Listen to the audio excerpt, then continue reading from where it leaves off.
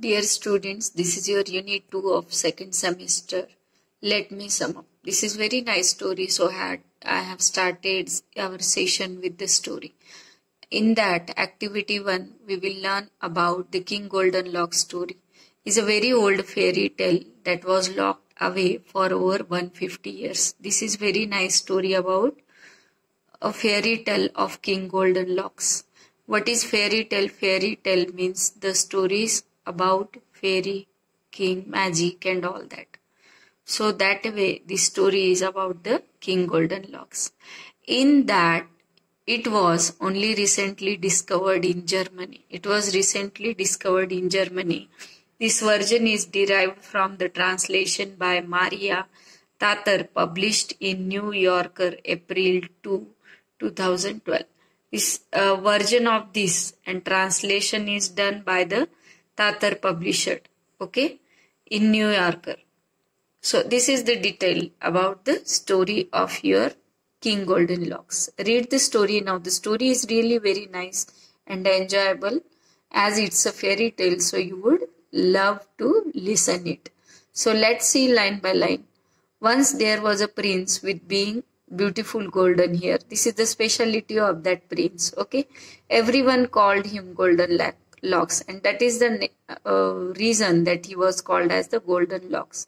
One day, Golden Locks' father, the king, went hunting in the woods and found a giant leaning against a tree. The king blew his horn, called his men, and they came and caught the giant against tree. The king blew him horn means what happened at that time when they were going for like this hunting and all that. That is a procedure, means to blow the horn and all. Called his men means those who were attending him. He will call them to accompany with him. That is the procedure, and they came to caught the giant. And that way they went there to caught the giant. Proud of his own bravery, the king invited many other kings to join him for a celebration so they could see the captured giant. They have captured the giant, and on that day the celebration was there, so the people could see the captured giant and could praise the king. That is the method only of the kingdom. Now on the day of celebration, Golden Locks was playing with his favorite toy, a golden ball. On that same day, our prince was playing with the golden ball, and accidentally Golden Locks threw the ball right into the giant's cage. When the giant was captured in the cage may be nearby somewhere in the open area, but he was caged inside that iron cage. You can see that in the picture at the right side of the page. Oh no, what could he do? He loved that ball. Now the Golden Locks was playing with his golden ball, and at the same time the ball was inside that cage. It was his loved ball. Please throw my ball back to me, giant. I will give you a nice banana or apple or maybe a cookie if you just give it back. Now he just as a childish way, he loved his ball, and that way he was praising the giant and saying that give me my ball, I will give you these things. The list is like I will give you a banana, apple or maybe cookie if you just give it back. In a childish way, he was requesting to the giant that give me that back. I will give you these things. I will be only give you your ball back if you release me. The giant was a clever man. Means he is a having wicked mind. You can understand that. That way he said to the boy, that small child, the prince Golden Locks, that if you will release me, I will surely give you your ball. The boy knew his father would be angry, but he wanted his ball.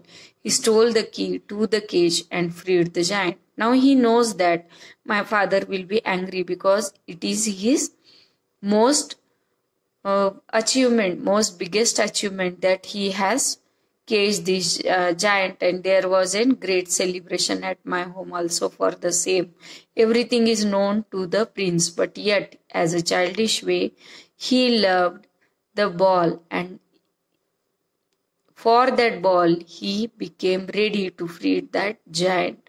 That way he stole the keys of the cage and he freed the giant. Now see what happens. It's really horrible to listen further what happens in the next hours or days of that same thing happened on that same day. That evening all the kings from all the land were gathered in the palace to see the giant.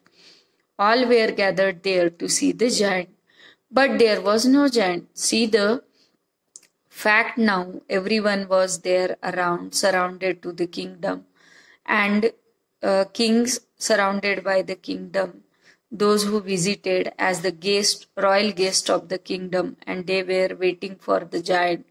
The king was so angry, he flew into the rage and swore that he would punish the person who had stolen his key. Now he, in a fit of rage, he swore, means he has taken an oath and said that now I am going to punish that person who has stolen the keys, and I will who has freed the giant, no matter who it was. When he found out it was his own son, he was heartbroken, but a king has no choice but to keep his promise.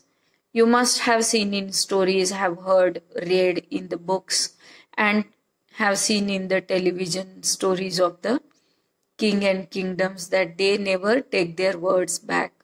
The words once spoken is the final word for these families, those who are belong to the kings.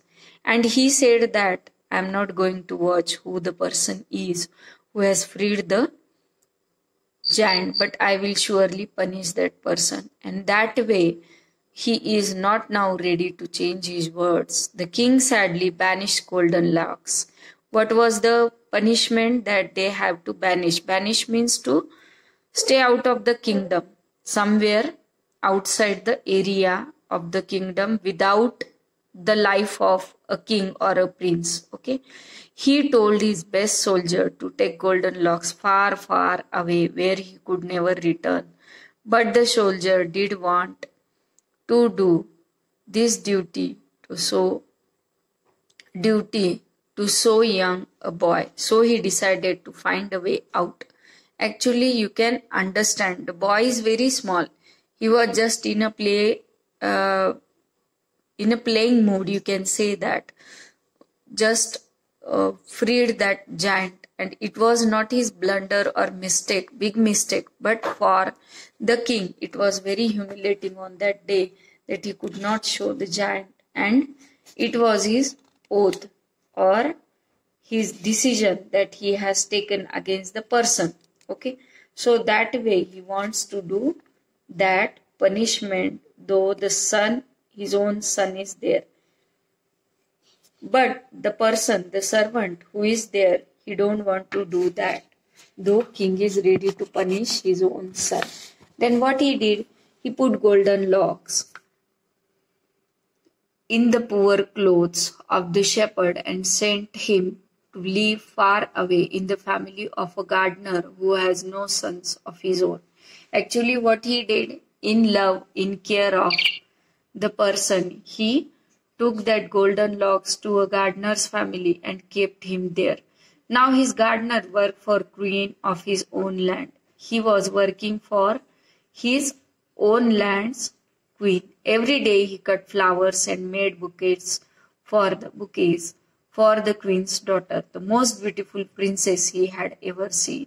And what was his work? The gardener now, in whose company our golden locks is living, is a person or is working for a queen and his daughter who is very beautiful, and he has to give the flowers daily to the daughter of that queen. Okay, it was golden locks' job to tie the flowers together and bring them to the princess. Now golden locks is also living with that gardener, and that way he was helping to his father, because you don't know everything, that I am the prince and I have came here because of this reason and all that. But he was helping the gardener doing his work of tying those flowers. The prince It was Goldenlock's job to tie the flowers together and bring them to the princess. The princess always received the flowers so sweetly that finally Goldenlocks fell in love with her and began to feel he couldn't live without her. This is the routine of the Goldenlocks, to bring the flowers tied in a bouquet and to give her. And that way she was also accepting it very sweetly.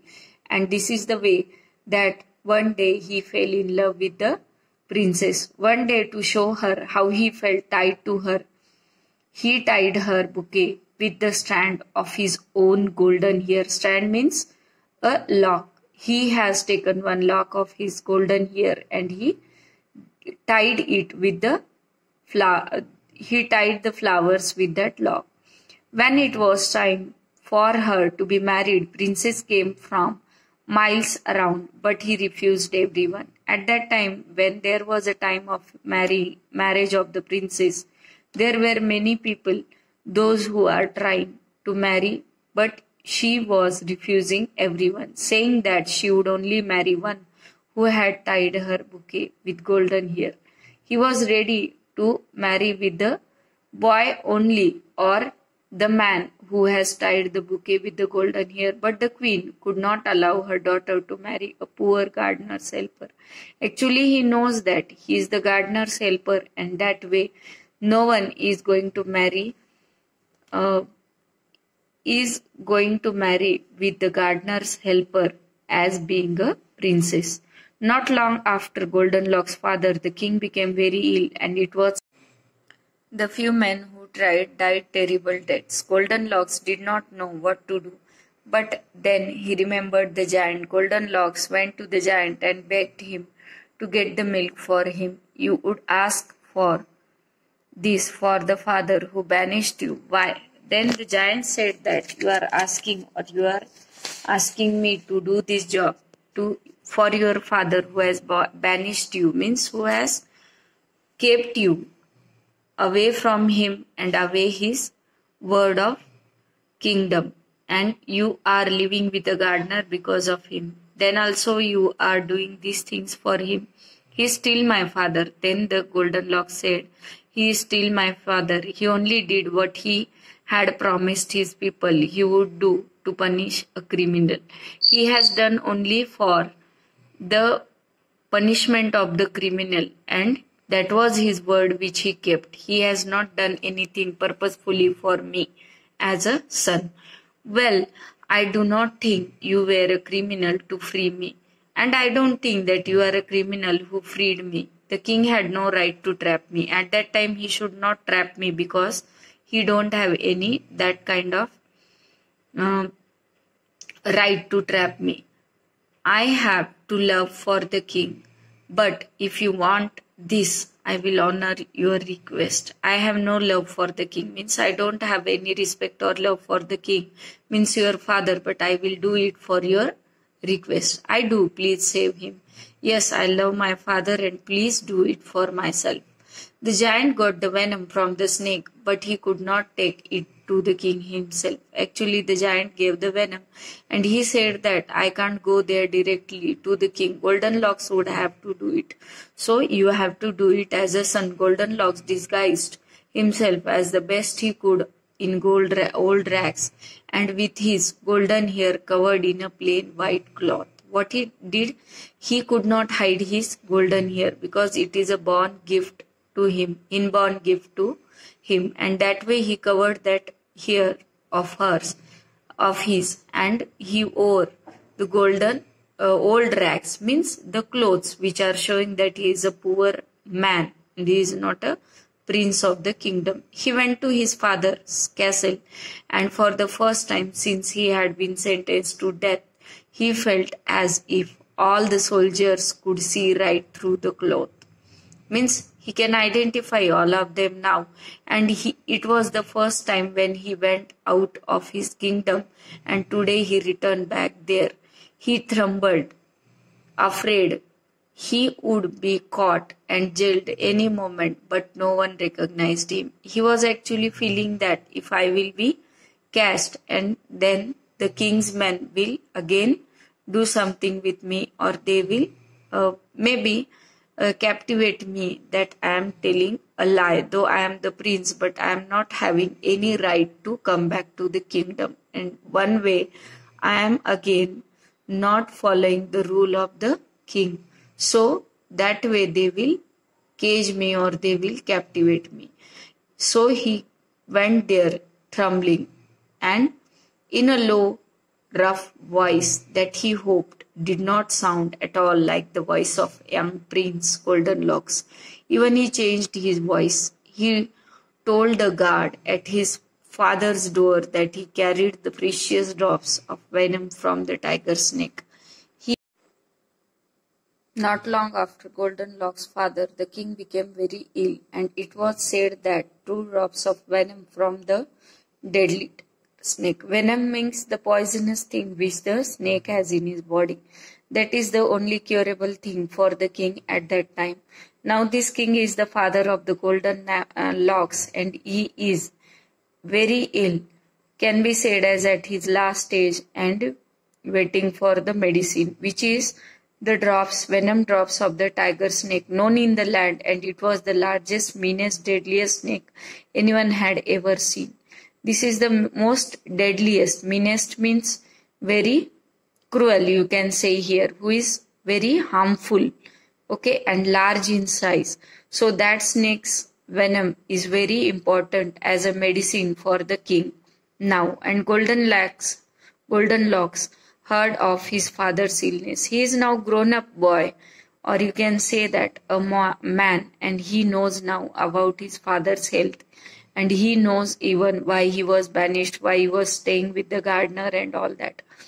So he wanted to help his father, but what could he do? He loves his father. He wants to help his father. He is not at all angry on his father because he knows that he has done the mistake as a child at that time, and that was really punishable act, and because of that only he is staying here. But he, for his love of his father, he wants to help his father.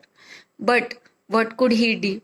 Most men were too scared to even try to milk the deadly snake. It was very dangerous snake, and it is tough to even give the milk to that snake, and taking the venom is again more risky job. The few brave men who tried all. His father lay pale, dozing on his pillow. At a nod from the doctor, Goldenlocks placed the precious drops of his father's lip. At first there was no response, but in moments his father opened his eyes. Goldenlocks quickly covered his face with the whole white headcloth, but it was too late. "My son, am I dead? That I see you, precious son, again at last." "You are not dead, father. I have brought the cure. I only hope it is enough for you to forgive me and the giant. It is the who braved the snake to bring you this medicine." Goldenlocks and his father were reunited. The queen was happy to be king, but the princess was just happy, who promised even when he became king. So this is the story of the Goldenlocks, where we learn about the happy ending of the king's story of Goldenlocks. Now the prince has become the king, and he got his princess also. This way the story ends happily over here.